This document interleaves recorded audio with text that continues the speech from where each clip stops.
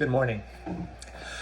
Earlier today, we gathered together and we were talking about our beginning of our new Biology 1 journey, right? And I told you that I'm very excited about the textbook that we use for this class because in the past, some of the textbooks were very kind of esoteric and hard for students who weren't biology students to really relate to. And I love this book because it gives examples and talks about things that everyone can find interesting.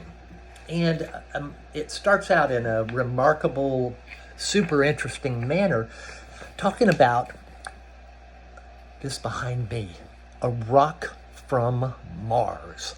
And so you might wonder, how does a rock from Mars get here?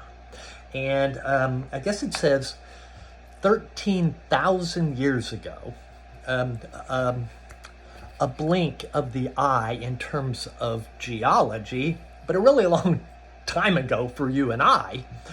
But there was an event, an astronomical event that occurred.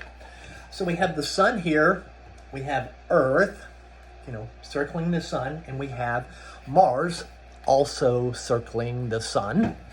And what apparently happened is there was an asteroid that hit Mars, blew off some rocks. So the rocks from Mars got blasted off the side of Mars, and one of them landed on Earth. And so how do we know that? We've been to Mars, and we know what gases are found in the rocks there. And so when they look at this rock and pay attention to the pictures in the PowerPoints, there's a picture of this rock. There's this rock that is present there, and the gases in the rock match the rocks that we found on Mars, so we're pretty certain that it's from Mars. And when people, and this is an exciting thing to find. They found it in Antarctica, by the way. So we have this exciting rock from Mars, and people were looking at it and they said, what is that? It looks like fossils, fossilized life.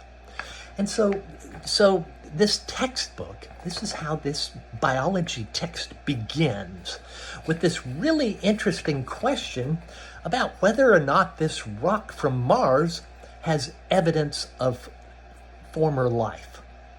And so it makes one wonder. It's something we do all the time, something we each and every one of us does all the time, is looks around you and you decide whether or not something is alive or inanimate. I have a bunch of crazy stuff up here on my shelf, and some of them are figures. There's like a thing up there. This thing right here, it's got a face on it. But I am not, there's no doubt in my mind that is not alive, and that has never been alive. But the question is how? How do I come to that conclusion? Thinking about metacognition is what we call that. Thinking about thinking. What is it? How can I look at that crazy thing that's there, that is up there on my shelf, and I know it's not alive? And so what did I do? What did I do to come to that conclusion? I went through a series of questions to determine whether or not it fulfills all of the characteristics of life. And so there are characteristics of life. I have an older border collie who, in her younger days, I'm sure would have been standing by my side right now. She's asleep out there because she's older, but I would have no trouble saying, oh yeah, she's alive. That thing up there is not. And so the question is, we're going to be what we're going to be exploring is how I come to that determination and what are the characteristics of life. I'm just double checking. Yeah. So if I see a car going down the road, it's not alive. I know it's not alive. I see my border collie. I know she's alive. I see that thing. I know it's not alive. We're gonna, in the next few videos, we're gonna be talking about what it is. How am I making that judgment?